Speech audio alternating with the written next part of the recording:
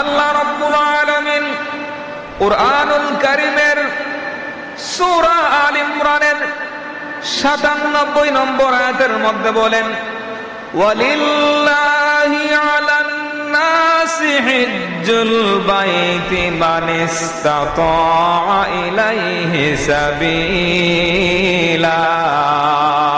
আল্লাহু আকবার বলেন। আল্লাহ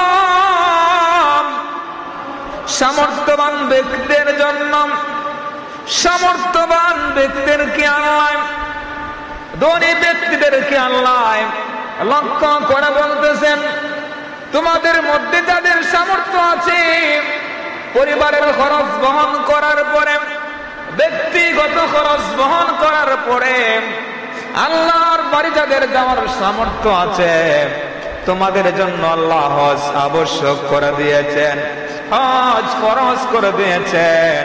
সুতরাং যাদের উপর আল্লাহ হজ ফরজ করে দিয়েছেন, ওই সকল ব্যক্তিরা দেরি করা ঠিক হবে না। হজ ফরজ হয়েছে, সাথে সাথে আপনি হজ আদায় করুন। একজন সাহাবী আমার নবীর দরবারের মধ্যে আরজ পেশ করলাম, ইয়া রাসূলুল্লাহ, ইয়া হাবিবাল্লাহ, আমি কি প্রত্যেক বছর হজ করব জানতে চাই। আবার বলল, ইয়া রাসূলুল্লাহ, আমি কি প্রত্যেক বছর হজ করব জানতে চাই। আবার বলল, ইয়া রাসূলুল্লাহ, আমি কি প্রত্যেক বছর হজ করব জানতে চাই। আল্লাহর হাবিব বললেন, হে আমার সাহাবী, আমার উম্মতের উপর কঠিন কোন দায়িত্ব এটা আমি চাই না। তুমি 3 বার আমাকে বলেছ, আমি যদি হ্যাঁ শব্দ বলতাম, আমি যদি 3 বার হ্যাঁ শব্দ বলতাম, তাইলে প্রত্যেক বছর তোমাদের উপর হজ ফরজ হয়ে যাইত। এই জন্য আমি হ্যাঁ শব্দ বলি নাই। হে আমার সাহাবীরা, সামর্থ্যবান ব্যক্তিদের জন্য জীবনে একবার হজ আদায় করা ফরজ করে দিয়েছেন কে? আল্লাহ। এই জন্য আমরা যারা সামর্থ্যবান ব্যক্তি আছি, এটা হল হজের মাস, শাওয়াল, জিলকাদ, হজ, হজ করার জন্য ইচ্ছা পোষণ করুন। সম্পদ থাকলেই মানুষ হজ করতে পারে না। বহু কোটি কোটি টাকার মালিক, টাকার বিল্ডিং এর মালিক টাকার পরেও, কোটি কোটি টাকার মালিক টাকার পরেও হজ আদায় করতে পারে না। কারণ হজ করার জন্য আপনার সুন্দর একটা মনের দরকার।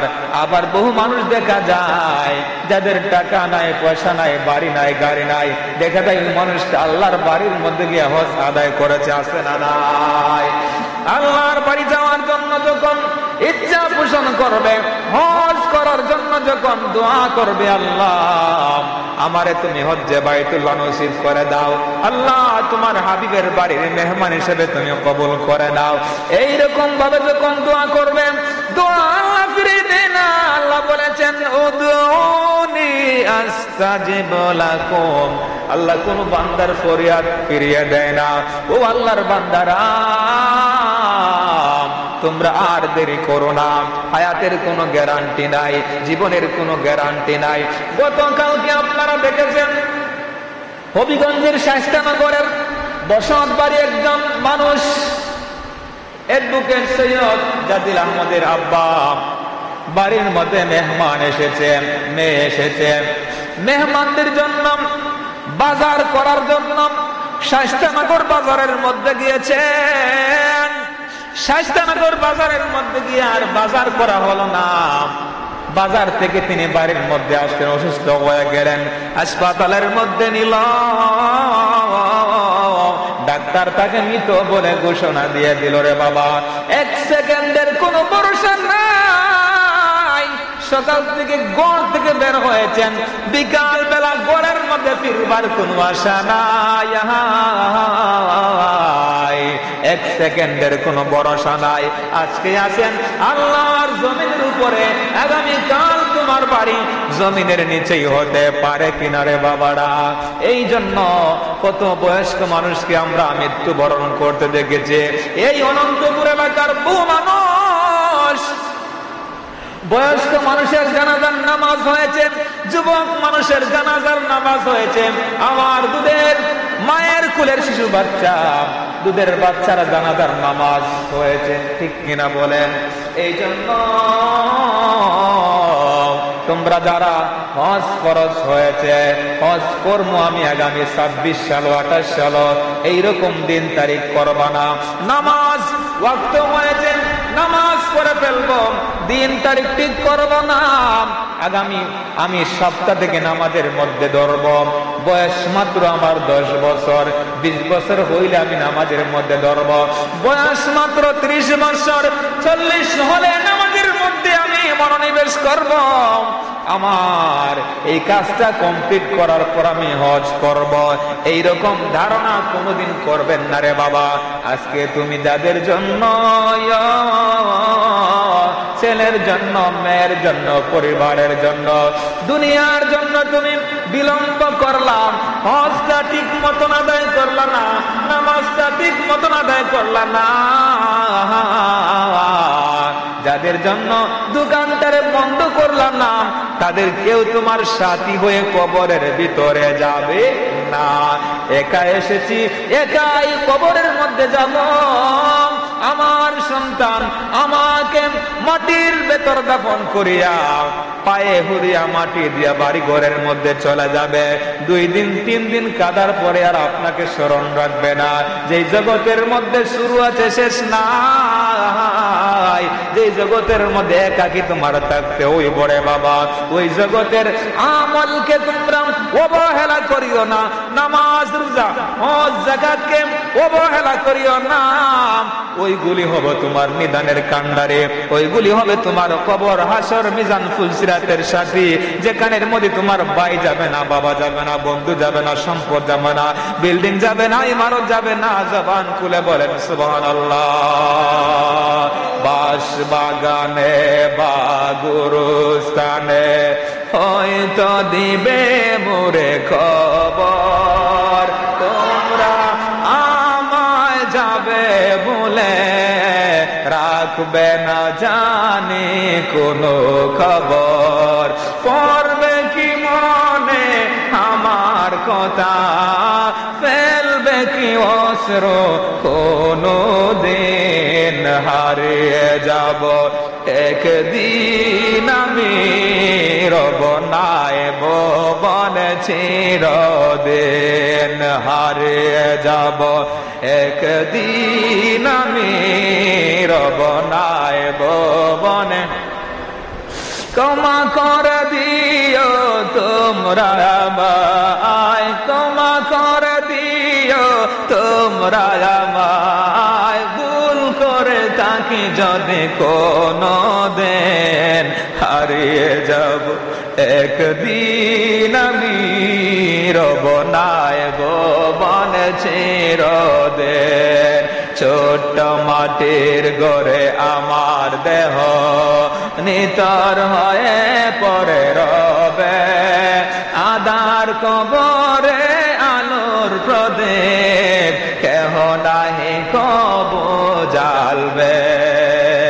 থাকবে না কেউ জানি আমার পাশে, থাকবে না কেউ জানি আমার পাশে, কাটাবো একাকী রাত্রি দিন, হারিয়ে যাব একদিন আমি, রব নাই ভুবন চিরদিন। আল্লাহু আকবার বলেন।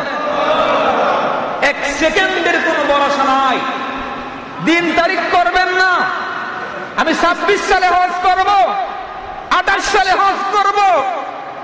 আমি আমার বয়স মাত্র 10 বছর হয়েছে, আরো বয়স হোক আমার, তারপর আমি নামাজের মধ্যে কায়েম হব, জামাতে নামাজ পড়ব। এইরকম দিন তারিখ করবেন না।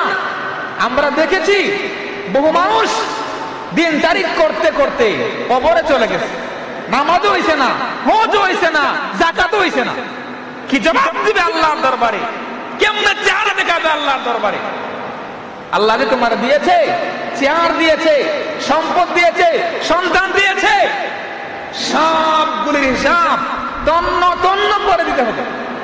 ফামান ইয়ামাল মিসকালা যাররাতিন খায়রান ইয়ারা ومن يعمل مثقال ذرة شرا يره। যাররা পরিমাণ ভালো কাজ করলে এটাও তোমার আমল নামায় পাবে, যাররা পরিমাণ খারাপ কাজ করলেও এটাও তোমার আমল নামার মধ্যে পাবে। সুবহানাল্লাহ পড়বেন না? আরো জোরে।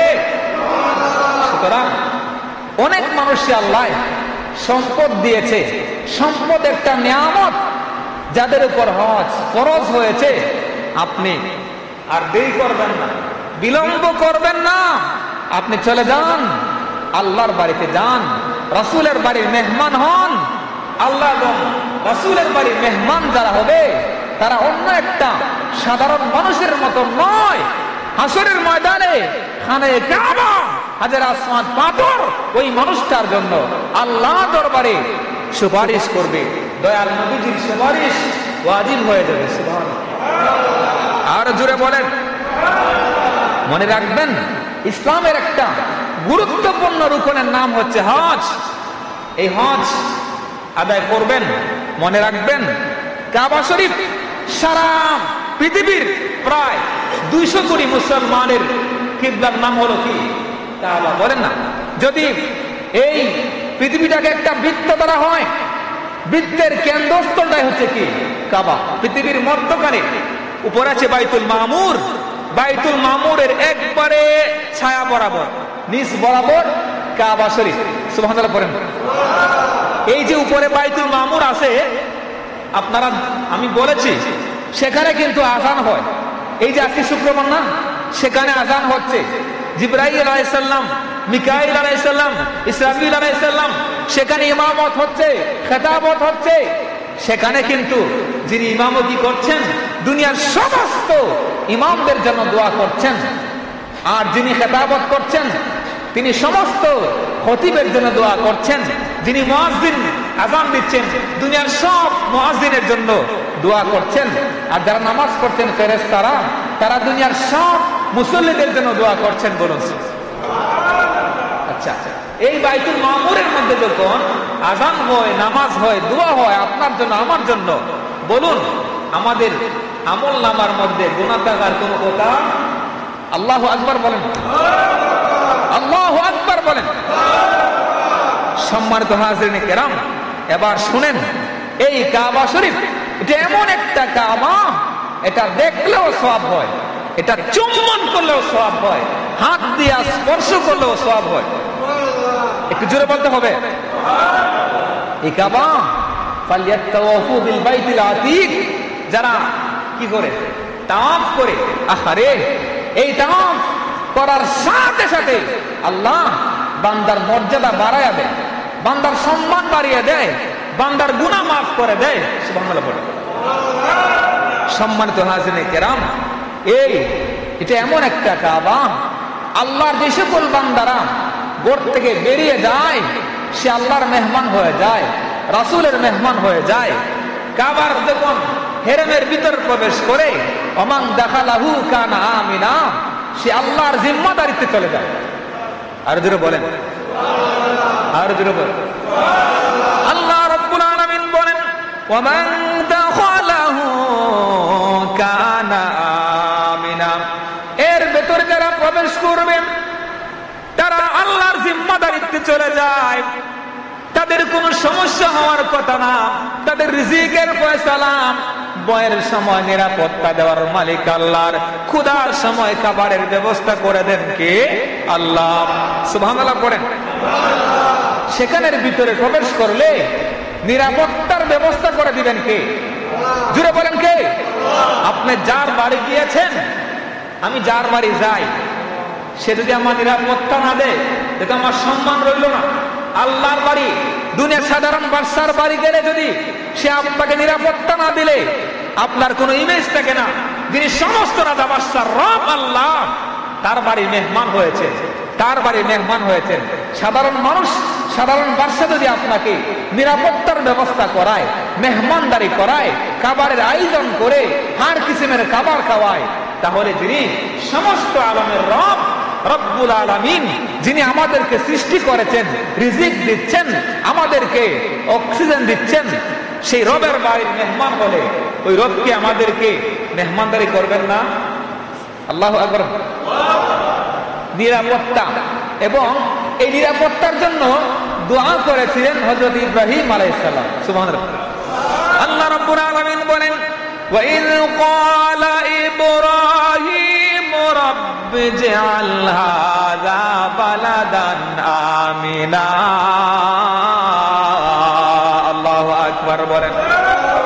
যখন ইব্রাহিম আলাইহিস সালাতু ওয়াস সালাম আরজ করলেন, হে আমার রব, হে আমার আল্লাহ, এই শহরটারে তুমি নিরাপত্তার শহর হিসেবে কবুল করে নাও। কিয়ামত পর্যন্ত যেই সকল হুজ্জায়ে কেরাম হজ করার জন্য এই কাবার ভিতরে প্রবেশ করবে, আল্লাহ ওই সকল বান্দাদের জন্য আল্লাহ তুমি নিরাপত্তার ব্যবস্থা করে দাও। সেখানের মধ্যে আপনি কোনো কিছু মারতে পারবেন না, পাখি শিকার করতে পারবেন না, একটা পোকামাকড়ও আপনি মারতে পারবেন না। নিষেধ করেছেন একজন, তিনি কে? আল্লাহু আকবার বলেন। সেখানে আপনি আল্লাহর জিম্মাদারিতে চলে গেলেন, নিরাপত্তার মধ্যে চলে গেলেন। আপনার কোন আপদ বিপদ, অ্যাক্সিডেন্ট, বালা মুসিবত সব কিছু থেকে উদ্ধার করবেন কে? জোরে বলেন কে? ক্ষুধার সময় খাবারের ব্যবস্থা করে দিবেন, আর বয়ের সময় নিরাপত্তার ব্যবস্থা করে দিবেন। আমি দেখেছি, আমি গুনাহগার তো গিয়েছি, দেখেছি কত মানুষ পেটের মধ্যে খিদা লেগেছে, দেখা যায় হঠাৎ করে তার সামনে এক ভদ্রলোক জুব্বা পরিধান করে খাবারের ব্যবস্থা করে দিয়েছে, পানির ব্যবস্থা করে দিয়েছে, খেজুরের ব্যবস্থা করে দিচ্ছে, আপনার জমজম পানির ব্যবস্থা করে দিচ্ছে। ঠিক কিনা বলেন? আল্লাহু আকবার বলেন। আমি দেখেছি বহু মানুষ কল্পনাও করতে পারে না, দেখা যায় পেটে খিদা লেগেছে, সামনে খাবার চলে আসে, আসে না নাই? দেখা যায় আর কিসিমের মানুষ খাবার নিয়ে বড় বড় রাজা বাদশারা দাঁড়িয়ে আছে এতিমের মতো।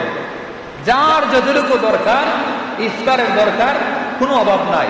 আপনার খাবারের দরকার, অভাব নাই। চা কফির দরকার, অভাব নাই। এক একজনে এক একটা খাবারের আইটেম নিয়ে হুজ্জায়ে কেরাম আল্লাহর বাড়ি মেহমানদেরকে খাবারের জন্য তারা ব্যস্ত থাকে। জুড়ে বলেন।